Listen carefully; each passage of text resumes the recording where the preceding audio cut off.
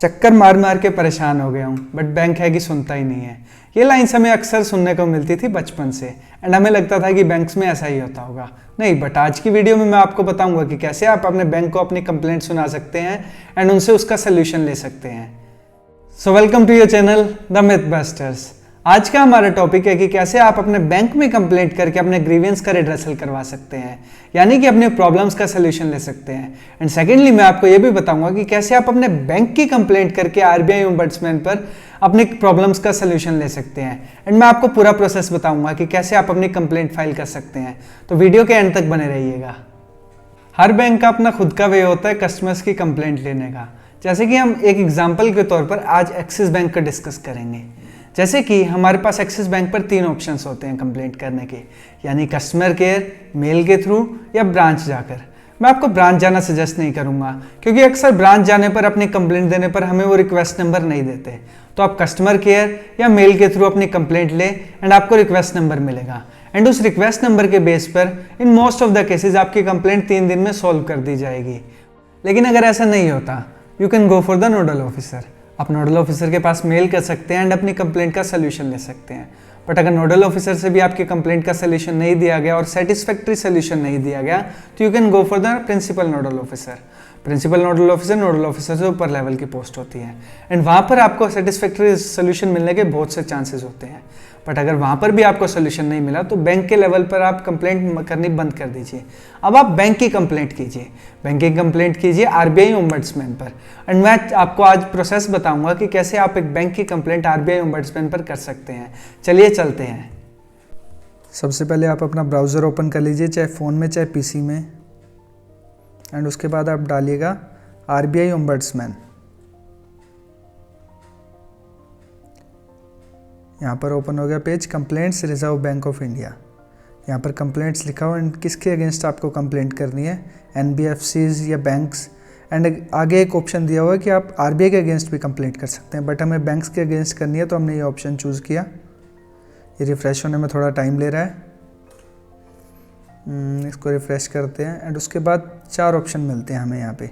File A complaint, track your complaint, file and appeal, feedback. हम file ए complaint पर जाएंगे क्योंकि ट्रैक योर कंप्लेंट सिर्फ आपने पहले कंप्लेंट की उसे ट्रैक करने का ऑप्शन है एंड अपील सिर्फ तब होगी जब आपकी कंप्लेंट पर आपको सेटिस्फैक्ट्री सोल्यूशन ना मिला हो। यहाँ पर कैप्चा कोड एंटर करने का ऑप्शन है, कैप्चा कोड एंटर कर देंगे। यहाँ पर हमें नीचे लिखा हो गया दिया है कि 30 दिन के बाद ही आप कंप्लेंट कर सकते हैं ओम्बड्समैन में। अगर आपने 30 दिन पहले बैंक में कंप्लेंट की है एंड आपको सेटिस्फैक्ट्री सोल्यूशन नहीं मिला सिर्फ तब, नहीं तो आरबीआई ओम्बड्समैन आपकी कंप्लेंट नहीं लेगा। यहाँ पर अपना नेम डालिए एंड नीचे mobile number, and mobile number डालने के बाद गेट ओटीपी कीजिएगा। यहाँ पर फिर आपके नंबर पर एक एसएमएस पर ओटीपी आएगा।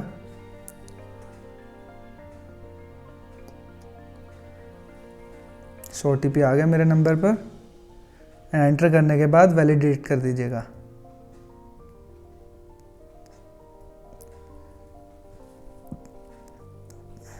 उसके बाद मेल आईडी डालिए अपनी,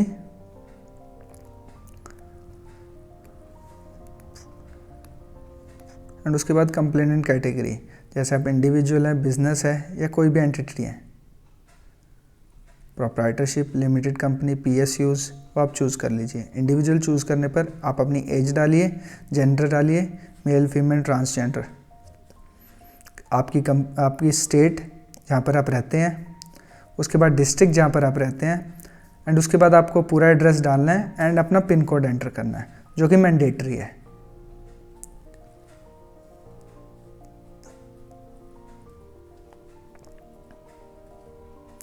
उसके बाद एंटिटी जिसके अगेंस्ट आपको कंप्लेंट करनी है, जैसे हम फॉर एग्जांपल एक्सिस बैंक का नाम ले रहे हैं, वैसे कोई कंप्लेंट नहीं है उनके अगेंस्ट मेरी,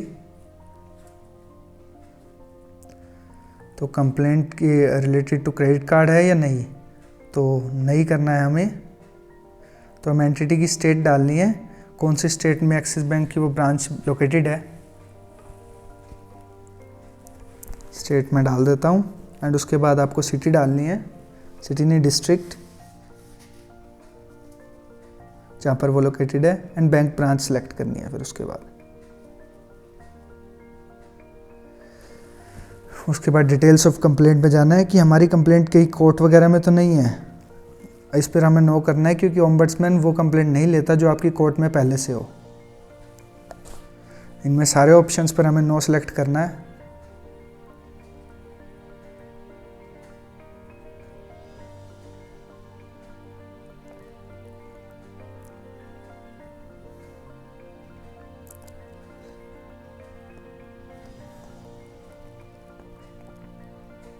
इन सबको नो कर देने के बाद आप नेक्स्ट कर दीजिएगा।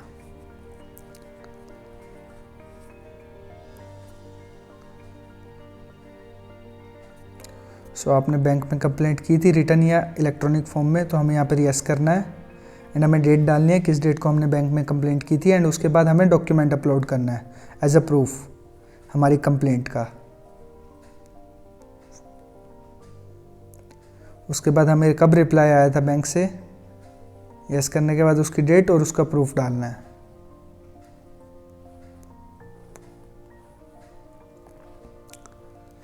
उसके बाद क्या हमें रिमाइंडर डाला था बैंक को, यस करके उसकी डेट एंड हमें उसका स्क्रीनशॉट डाल दीजिएगा जब आपने उनको दोबारा मेल डाली हो।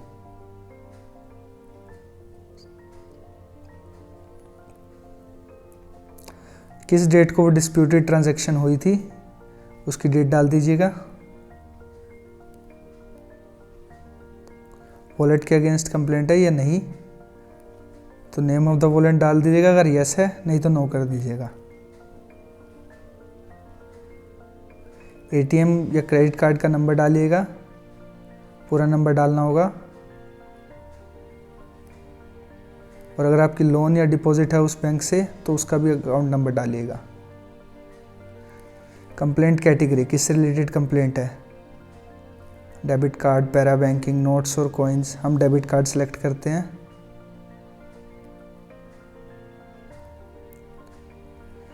कंप्लेंट सब category, deposit, other issues, subject of your complaint. आप माइन्यूट्स लिख दीजिए यहाँ पर अपनी कंप्लेंट के, क्योंकि फैक्ट्स में हम बेसिकली पूरी कंप्लेंट लिखेंगे।